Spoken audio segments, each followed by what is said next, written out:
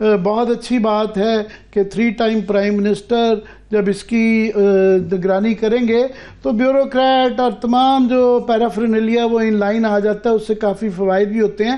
Normally دنیا بھر میں دیکھا جاتا ہے کہ جب سیاستدان ریٹائر ہو جاتے ہیں تو وہ اس طرح کے کار خیر کے اندر جو ہے نا شمولیت کرتے ہیں، جیسا کہ جیمی کارٹر، انہوں نے اپنا بہت نام بنایا، ایل گور انوائرمنٹ کے متعلق کرتے رہے۔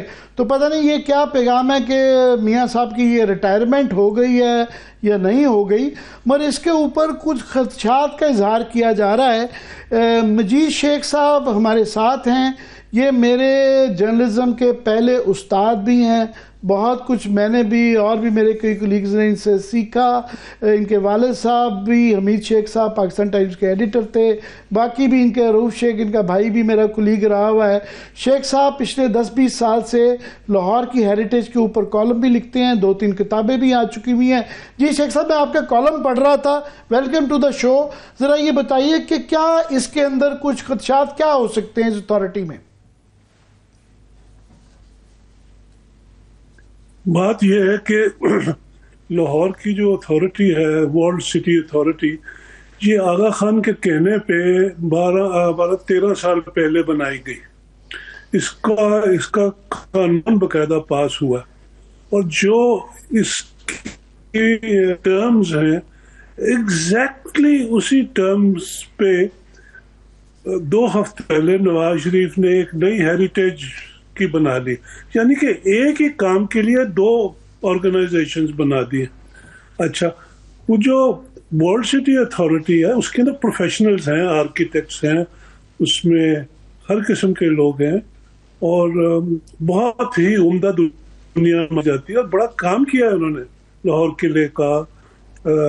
پھر یہ وزیر خان کی مسجد ہے، سنہری مسجد، لاہور کے انہوں نے بہت فرق ڈالا۔ تو یہ جو نئی چیز انہوں نے ہیریٹیج کی بنائی ہے، اس کے اندر صرف سرکاری افسر ہیں، وہ بھی سینئر، جو ریٹائر ہو جائیں گے شاید 1-2 سال میں۔ تو یعنی کہ ان کے پاس تجربہ بھی کوئی نہیں ہوگا، کوئی علم بھی نہیں ہوگا۔ میرا محتاط اندازہ ہے ایک صحافی 52 ایئرز آف جرنلزم کا، کہ یہ بیسکلی میرا خیال میں اکتوبر-نومبر میں یہ کوئی الیکشن اینٹیسپیٹ کر رہے ہیں، اور ہو سکتا ہے کہ یہ لاہور میں جو تاجر کمیونٹی ہے اور جو اس طرح کے لوگ ہیں ان کی سپورٹ لیں گے، اور سرکاری پیسہ لے کے یہ مال روڈ کو کہتے ہیں ہم بڑا زبردست بنا دیں گے، بجلی کی تاریں نیچے بجھا دیں گے۔ مجھے تو یہ ٹھیک معاملہ نہیں لگتا۔ دے شوڈ اسٹاپ اٹ، اور جو ورلڈ سٹی اتھارٹی اس کو چلنے دے۔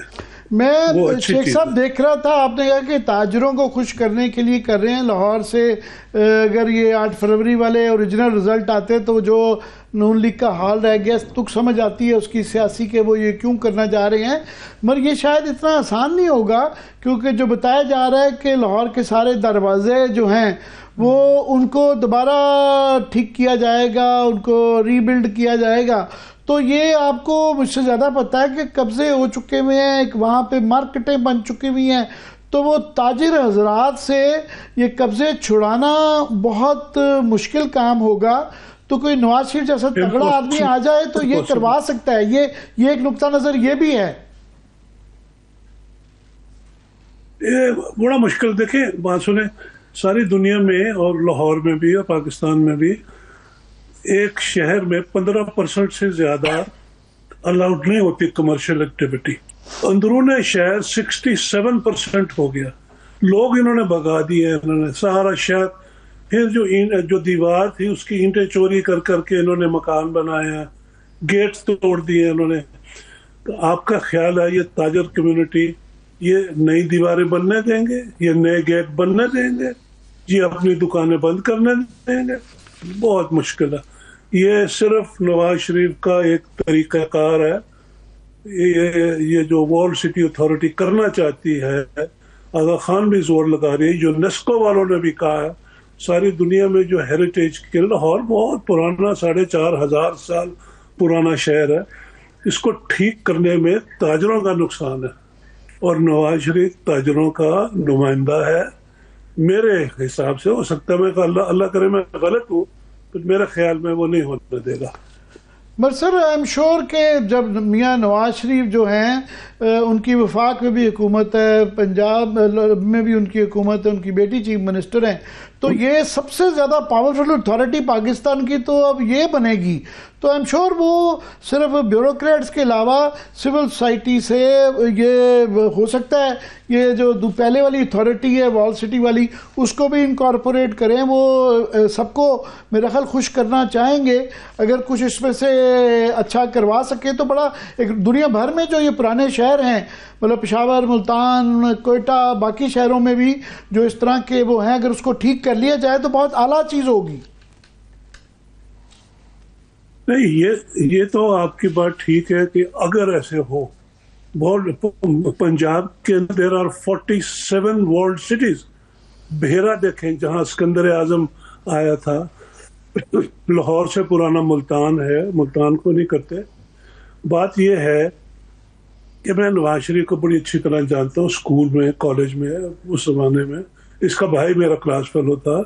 ان کو میں بڑی اچھی طرح جانتا ہوں. یہ کبھی بھی تاجروں کو پیچھے نہیں چھوڑیں گے، یہ دکانیں بند نہیں کرنے دیں گے. یہ دیواریں مجھے بڑا مشکل لگتا ہے. مجھے آغا خان ٹرسٹ والوں نے بتایا کہ ان کے پاس باقاعدہ ایک منصوبہ ہے دیواریں بنانے کا، گیٹ ویز بنانے کا. اس سے یہ ہوگا کہ جو مال اندر باہر جاتا ہے وہ رک جائے گا یا اس میں رکاوٹ رہے گی. مشکل لگتا ہے، میں تو سیدھی بات کرتا ہوں، اس میں کوئی ڈر کی بات نہیں ہے. بٹ آپ نے جو کچھ اپنے کالم کے اندر آپ جو چھپا ہے اس کے اندر کچھ تجاویز بھی دی ہیں کہ بڑی اچھی بات ہے کہ اگر یہ مال روڈ کو ٹھیک لاہور کے کر رہے ہیں بڑی بہتر ہے. ساتھ میں آپ نے کہا ہے کہ بریڈلو ہال ہے ریٹنگن روڈ کے اوپر جو ہے اس کو آپ نے تجویز دی ہے کہ پارٹیشن کا میوزیم بنا لیں امرتسر کی طرح. دیکھیں بات یہ ہے کہ جو بریڈلا ہال ہے ریٹنگن روڈ پہ، یہ بنا تھا تقریباً 100 سال سے زیادہ ہو گیا. یہاں پہ کانگریس نے ہندوستان کی آزادی کا یہ ریزولوشن پاس کی تھی. اس میں قائد اعظم بھی تھے، علامہ اقبال بھی تھے، سارے تھے. اس وقت تک پاکستان کا ریزولوشن نہیں آیا تھا یہاں پہ. تو یہ بہت اسی ہال میں بھگت سنگھ نے تعلیم حاصل کی.